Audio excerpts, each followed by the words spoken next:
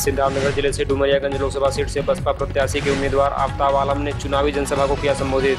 आफ्ताब आलम ने कहा, बीजेपी सरकार ने मुझ पर फर्जी मुकदमे लगवाए, जनता सब जानती है। बताता हूँ, ये मेरी पार्टी, मेरी राष्ट्रीय अध्यक्ष बहन सुश्री मायावती जी ने 24 महीना पहले मुझको यहाँ पे प्रभारी प्रत्याशी के रूप में उतारा। मैं तब से एक दिन में 4 गाँव में अपने गरीब मजलूमों में, अगर नदी के किनारे भी गांव है मैं वहाँ भी पहुँचा, हर दिन 4 गांव में जाता। और आज चुनाव तो एक प्रक्रिया है, 5 सालों में आता है, हर पार्टी लड़ाती प्रत्याशी को। हम लोग बहन सुश्री मायावती जी, आदरणीय अखिलेश यादव जी के आशीर्वाद से मैं कैंडिडेट हूँ और इस क्षेत्र की भौगोलिक स्थिति से एकदम एक चीज़ों से वस्तुनिष्ठ अब मैं अवगत हूँ। और किसान का बेटा हूँ, कंप्यूटर प्रोग्रामर हूँ। देश का इलेक्शन है, इससे बड़ा इलेक्शन हिंदुस्तान में कोई नहीं है। अगर हमें मौका जनता ने दिया तो निश्चित तौर पे भारत में इस बार महागठबंधन की सरकार बनने जा रही है और हम किसान के बेटे हैं। बुआई से लेकर कटाई तक युवाओं को रोजी रोजगार, शिक्षा रोजगार पूरी तरीके से, जो गरीब निर्धन असहाय है, अगर ओल्डर्स पर्सन भी ग्राम स्तर पे हैं तो उनको भी 2 कप चाय और दवा का मैं व्यवस्था अपने स्तर से मैं कराऊँगा गाँव।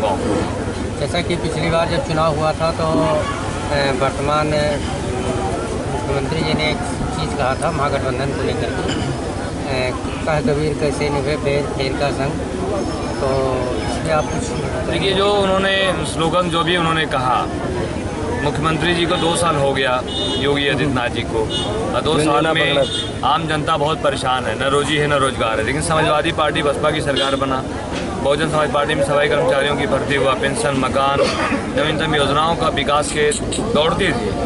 समाजवादी पार्टी की गवर्नमेंट में अखिलेश यादव भैया ने जो है ग्राम पंचायत अधिकारी का भर्ती किया, सिपाहियों का भर्ती किया, गांव लेवल पे एम्बुलेंस दिया, समाजवादी पेंशन दिया।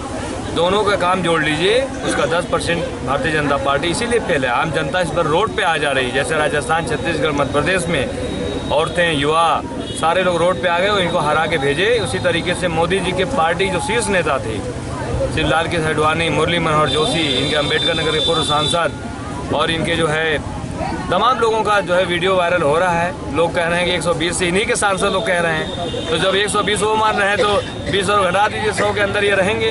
हम महागठबंधन इस बार आने जा रही 300 से ऊपर और उसकी मुख्य प्रधानमंत्री बनेंगी बहन सुश्री मायावती जी। और जब आएंगी संविधान पूरी सामाजिक तौर पे सर्व समाज का एक सम्मान बढ़ेगा। सर, ये एक आखिरी सवाल, डुमरियागंज संसदीय क्षेत्र से अगर आप सांसद होते हैं तो पहली प्राथमिकता आपकी क्या होगी?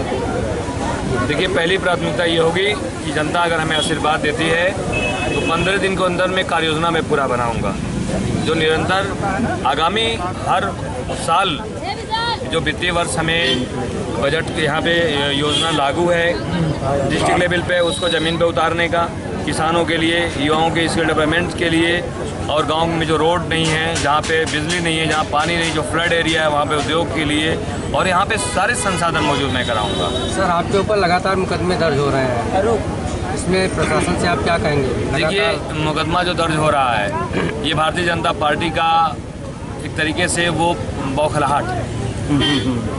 जैसे जोगी जी, मोदी जी बौखलाहट में है, उससे कहीं ज़्यादा यहाँ के व्यापारी सांसद माननीय जगदम्बिका पाल जी बौखलाहट में, वो हमारे ऊपर शासन सत्ता का दुरुपयोग करके मेरे ऊपर केस लगा रहे हैं। जनता पूरा जान रहा है। जब मैं अभी पहली बार लड़ने आया हूँ, मेरे ऊपर कोई आरोप नहीं है, तो मेरे ऊपर शासन प्रशासन का दबाव बना के इलेक्शन जीतना चाहते हैं।